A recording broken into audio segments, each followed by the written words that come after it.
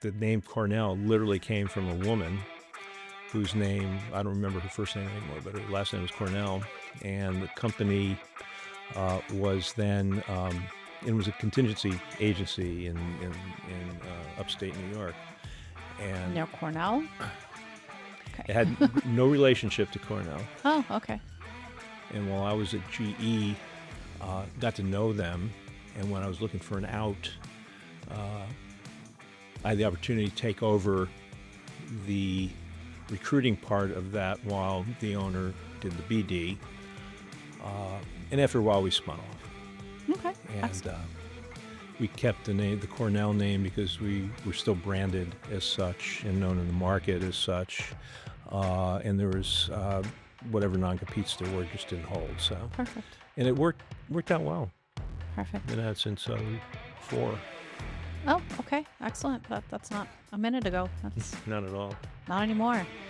So those of you that are just joining us, this is John Widener with Cornell Global, kind of giving us a little intro to the history of his company. And he's here with us today to talk about human capital.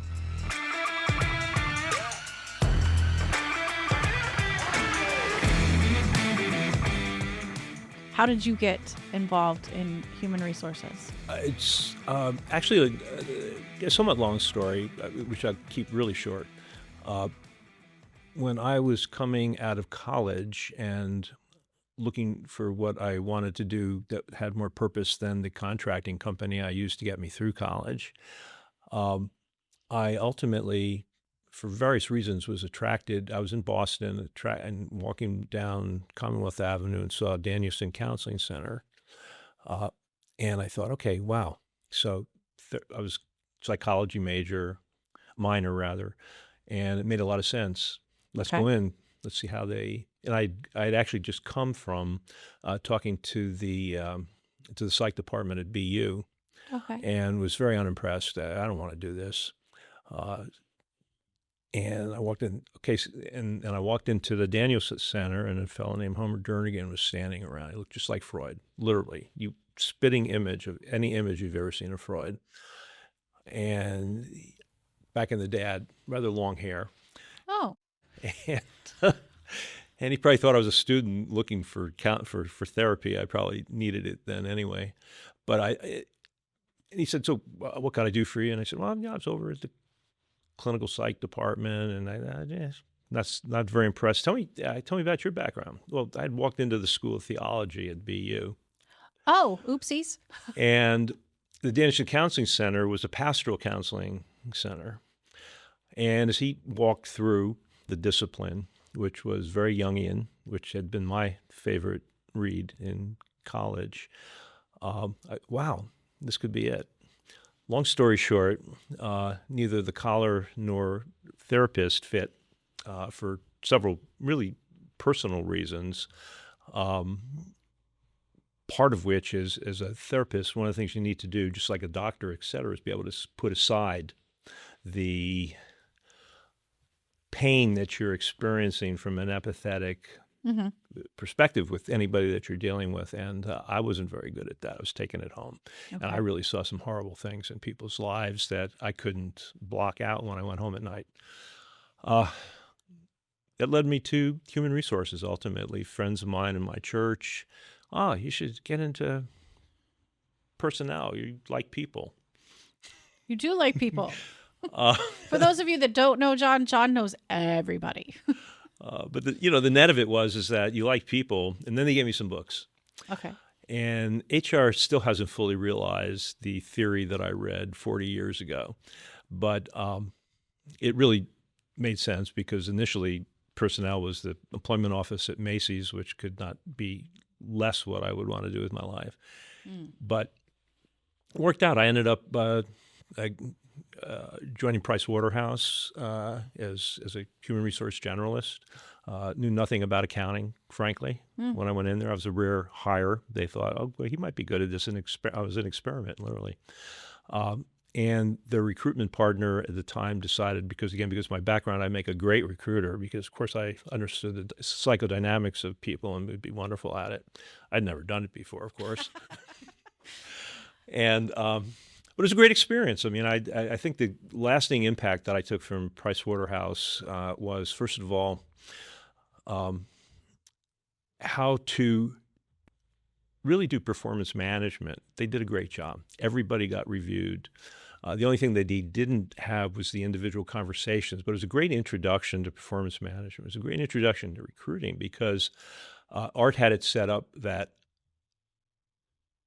we had, as recruiters, going out to campuses, I probably would interview 350, 400 kids on campus, all accountants. Oh. I had a wonderful cross-section of what the talent was. Mm-hmm. And when we got them back to the office and a partner liked somebody for whatever reason and I would raise a flag, I had a final vote and I could outvote a partner, which is unheard of in an accounting firm. But it's how he had it set up. So I also knew that those people who were hired, I then had to deal with on a day-to-day basis because HR, primarily an accounting firm, puts the talent out on the client assignments. And gotcha. so you're a manager's best friend to get the best people, who are the best people in this class, et cetera. And I was hiring them.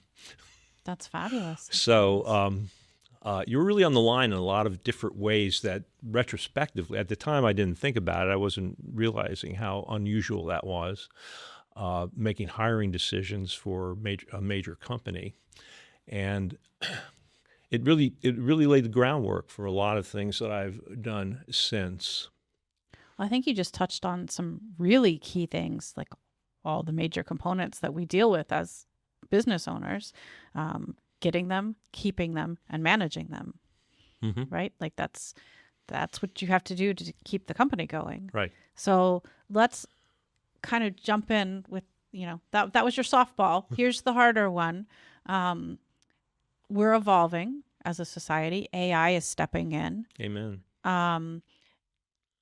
Many people are singing its praises that, they can use an AI agent, build an AI agent, use it for less money than hire somebody. It's a disruptor, though. So how is that impacting our current hiring situation? Profoundly. The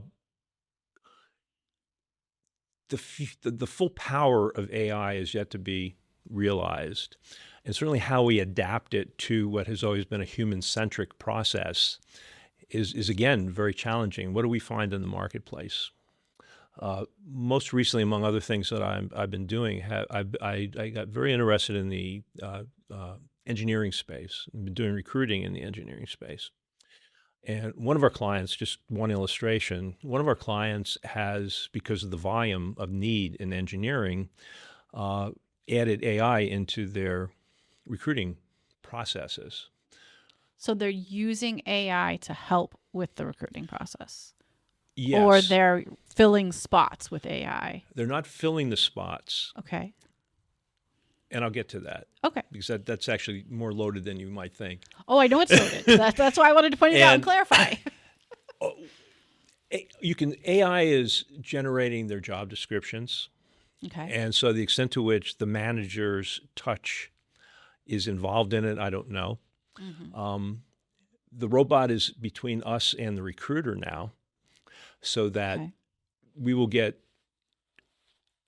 open job recs sent to us on an automated basis with no conversation with the recruiter. Now, working with a corporate recruiter, depending on how good they are, is not always optimum in terms of being able to find talent. Why? Because they may or may not know enough about the job, the culture of the particular job, the needs of the job, et cetera, that added flavor to what this job actually will entail, what it's actually going to be doing, how it actually fits in the organization, what the client relationships might be in it, all that softer stuff that you can't write down on paper. Right. And that's the conversation with the hiring manager. The hiring manager is getting farther away from the recruiter. Oh.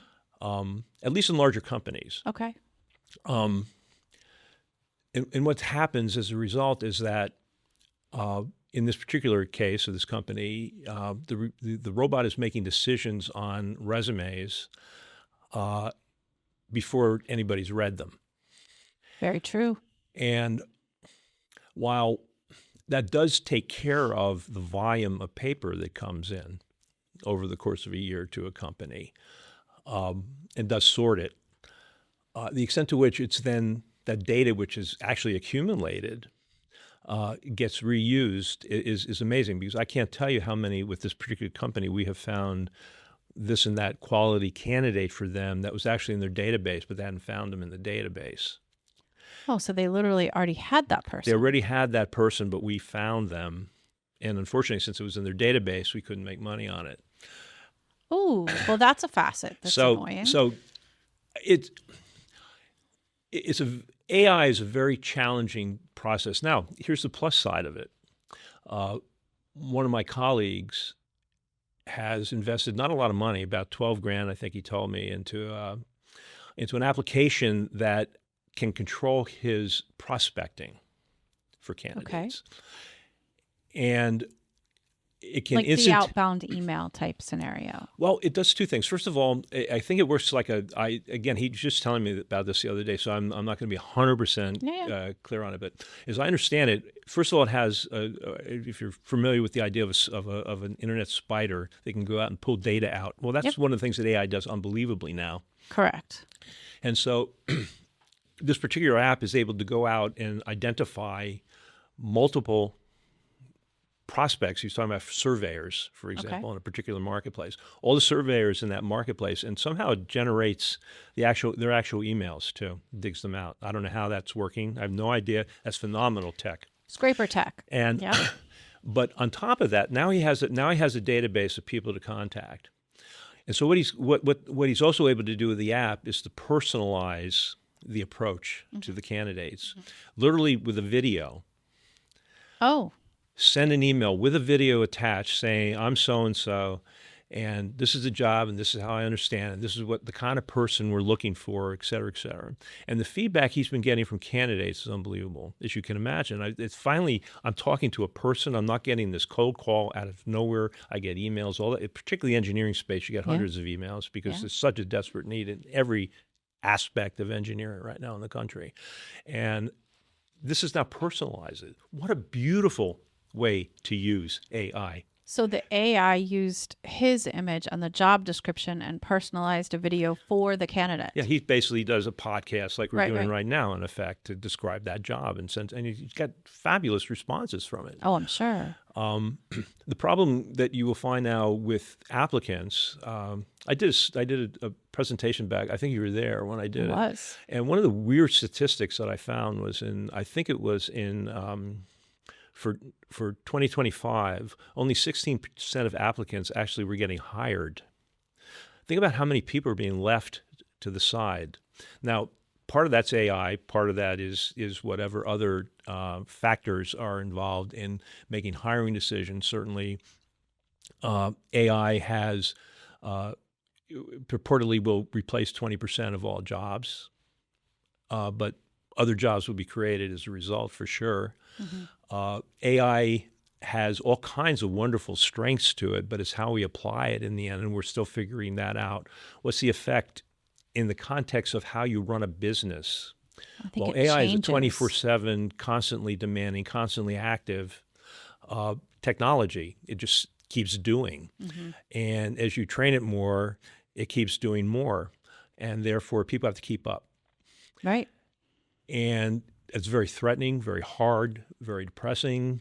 Much of AI has not proved to be the cost saving that it's been purported to be. That doesn't mean it won't be, but not yet. No, because right now it costs to build, it costs to fund. The electric cost goes up. Like there's set costs currently associated with it. Yeah, and the other part of it is that you're now creating a new culture in this automation, and culture is always the driver at the end of the day of a successful business. And culture is, of course, driven by the people themselves in the company, and most prominently by leadership.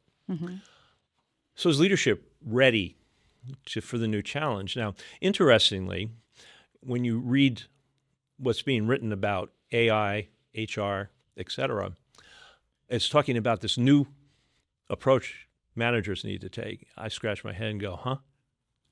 That was never, it's not new.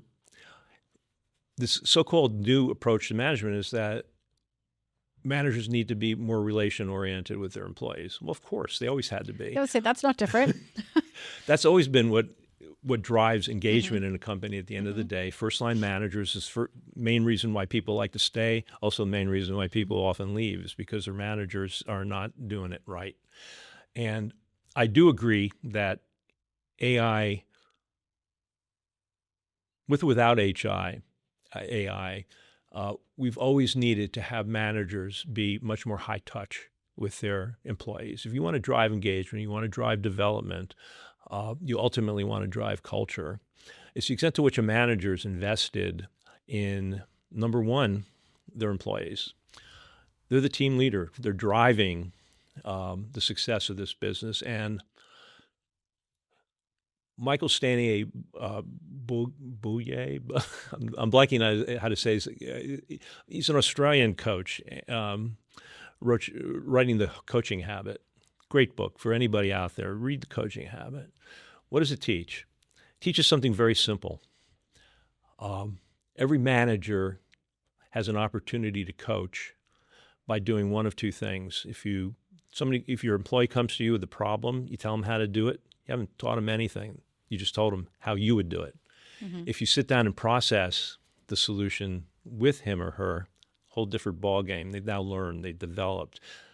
And a lot more, of course, as you can imagine, that personal touch made so much different, the empathy. So the leader in the AI world will have to be that empathetic person we've always wanted, that empathetic leader that knows what's going on in the relationship between the person across the desk from them and within themselves as well. What's going on? But I think you're right. I think that's always been everybody's favorite leader. I did a factory tour, I don't know, about a year ago, and I came home and I told my husband, I said, it was like the Disneyland of places to work. I was like, it was clean. The floors were clean. Everything was clean. There was no doubt about it. And it was manufacturing, so that's not always the case. But more to the point, the owner walking through the floor with over 100 employees was greeting them by name, asking about kids, talking about current projects that they were working on. Oh, I saw what you did here, XYZ, giving the praise in regards to the same projects. And in a way that didn't seem forced or uncomfortable or unusual. And the people themselves in each department obviously interacted similarly. And I was like, it really was. It was like Disneyland. I'm like, I want to go work there. And I think that culture is built across every company that's operating, whether it's good culture or bad culture.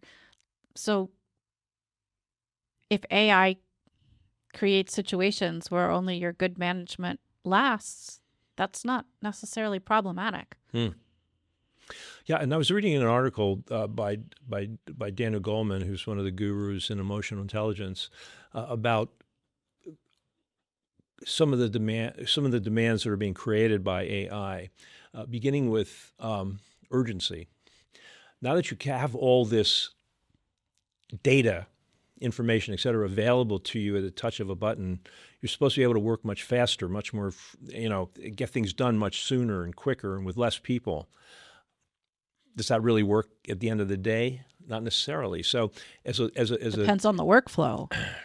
And as a manager, when you have this urgency and being pressed from the top, how adaptable are you going to be to, you're just going to drive the urgency and drive everybody crazy? Or are you going to calm down, use your internal agility, and work it through in a calm way and not let urgency take you over? It's all very fascinating because, one of the things we were talking about, one of the things I'm aware of, I have a candidate going into a client on Friday who is what I used to call back in the day a best available athlete. Perfect check mark in terms of the boxes that they had laid out, but no, not completely, Oh, but nonetheless a phenomenal talent. okay. Civil engineers done amazing stuff, but not everything. Okay. So missing some Now boxes. AI would have bounced this guy, Correct. I say that missing those boxes is bad because and in engineering, the tendency is again to check the boxes anyway without the AI.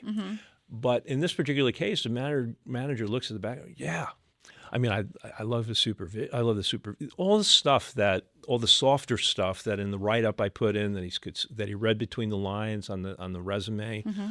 I really see how this guy could be a real impact player in my company, even though he doesn't check all the boxes. Right.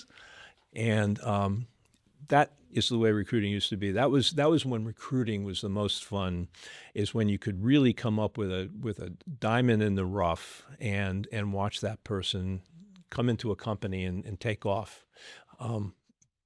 Today it's harder. So do you think internal mobility is going to be a problem in the future? Interesting question. I don't know. At one level, Understand you don't have a crystal ball that's functioning. that's true.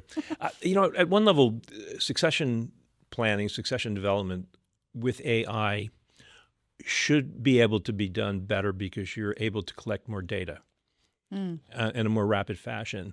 And also in terms of predictive analytics, AI, again, does a great job in terms of helping you identify the risk in your organization, beginning with who's here to stay, who's not.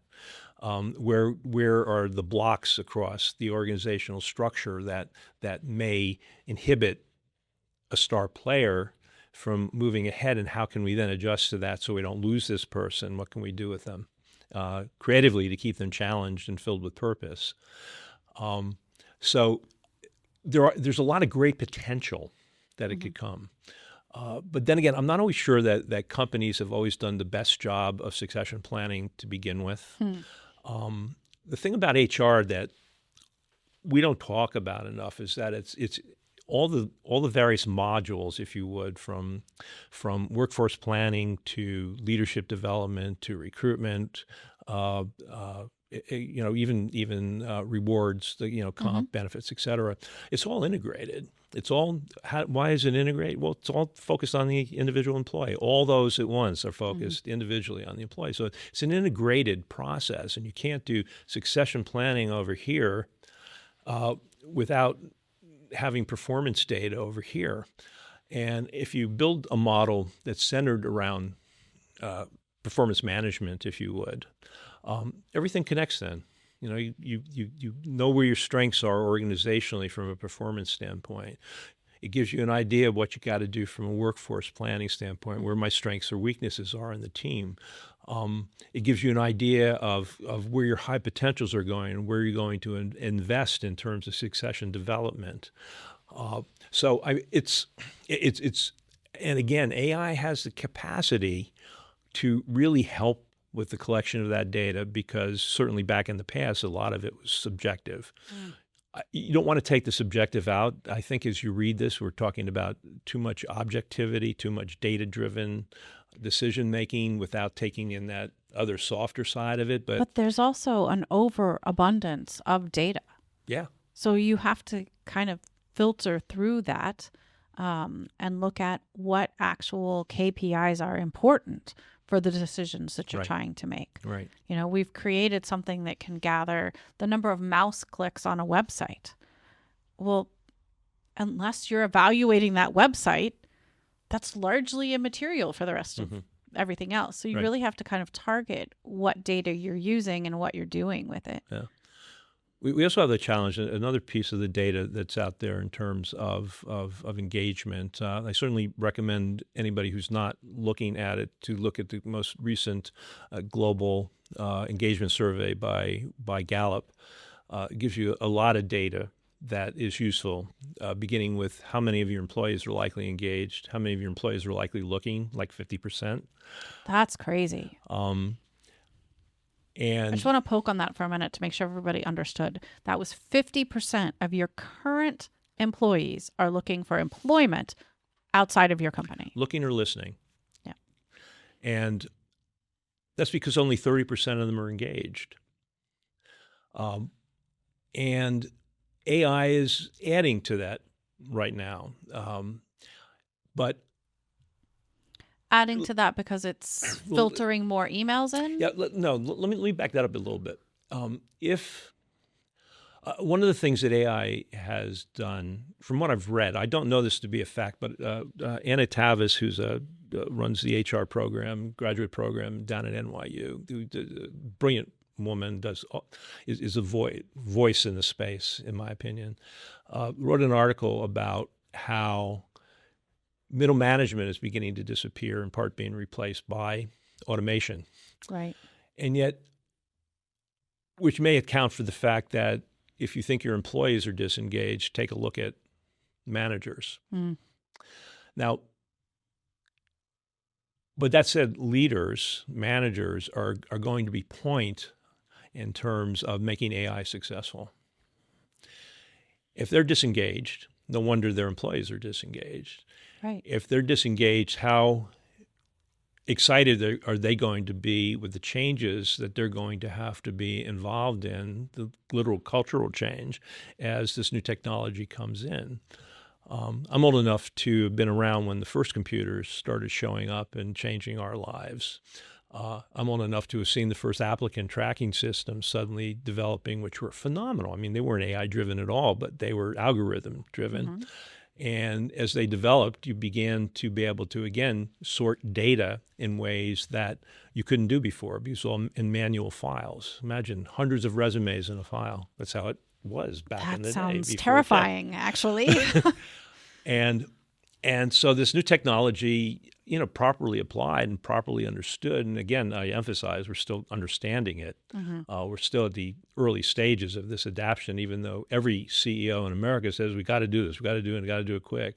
But if we don't think through what we're gaining, what we're losing by implementing, et cetera, and again, I don't have all the answers for that because we don't know yet, but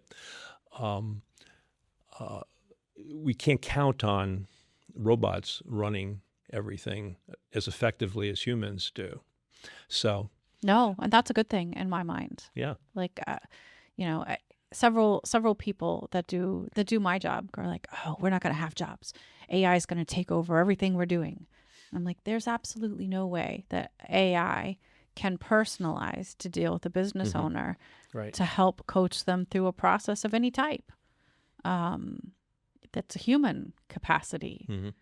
So maybe pieces or bits or bobs will be easier and automated, but I don't think we're going to take human capital out of it. No. And yet that said, here in Connecticut, I assume people in Connecticut know this, not anybody seeing this from outside.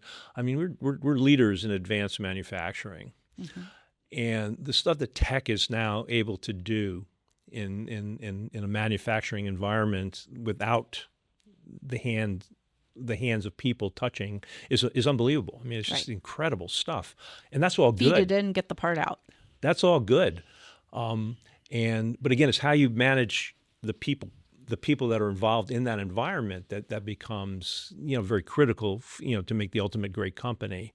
But again, there's so much cool stuff going on here in Connecticut. There's so many smart things going on to solve some of the labor issues we're facing in particularly manufacturing.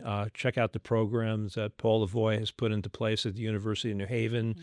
For those of you who want to really look at some really neat ideas about, simply put, Sikorsky, the helicopter maker, could walk into Paul's office and say, "We need 5 of these," and Paul will say, "Okay, so we'll make them here." That's impressive. Now, that solves a problem that is beginning to expand in tech schools, et cetera. That is a particularly exciting time to see that. Fairfield County in Connecticut is very well-to-do community, much New York, banker, lawyer, doctor, et cetera. But a lot of the kids aren't necessarily, that may not be the best career path for them, though mom and dad may disagree. But we now have an opportunity here to take that kid with good technical intuition. That's a pretty good idea. It's a good word. I've never used that term before. Technical intuition, and who would belong in an environment where they're working with their hands, making things. And that program at University of New Haven is wonderful for them. Same with the tech schools, where we don't make young people aren't going into being machinists, but somebody has to, polish that, do the final polishing and cleanup of certain end products. We still need machinists. Don't knock them. I know, but most machinists are now well into their 50s and heading towards retirement. We're not making them. I know. We got to fix that. So, well, thank you for joining me, John. It's Loved been great chatting. Lots of practical and philosophical advice on where business owners should be considering and how they should be thinking about hiring, firing, and maintaining. So thank you for that. I ask one question at the end of every presentation. If you were not doing this, it sounds like you did some exploration at the beginning, but now that you have lifetime wisdom, if you were not doing this, what other career, what would you do when you grow up? I'd probably be a D1 basketball coach. Okay. I could think of nothing more fun than going to the Final Four and winning. I mean, I think honestly, there's still value in losing, There is. right? You learn. I think if you ask Gino, Everybody would I think rather if you asked Gino Auriemma if there was a learning experience there, he'd Disagree with me? But the men's coach would say so. We learned a lot. We shouldn't have been here to begin with. Well, that's a very powerful statement to put out there. No, I mean he didn't think he had the talent to get there. Yeah. And it's, again, if you want to have a great model for how to run a business, take a look at sports.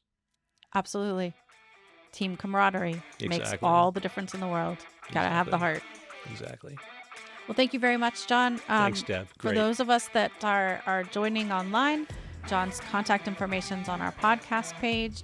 Like, subscribe, and follow Touchstone Talks to hear more from John, more from other people. Good to see you.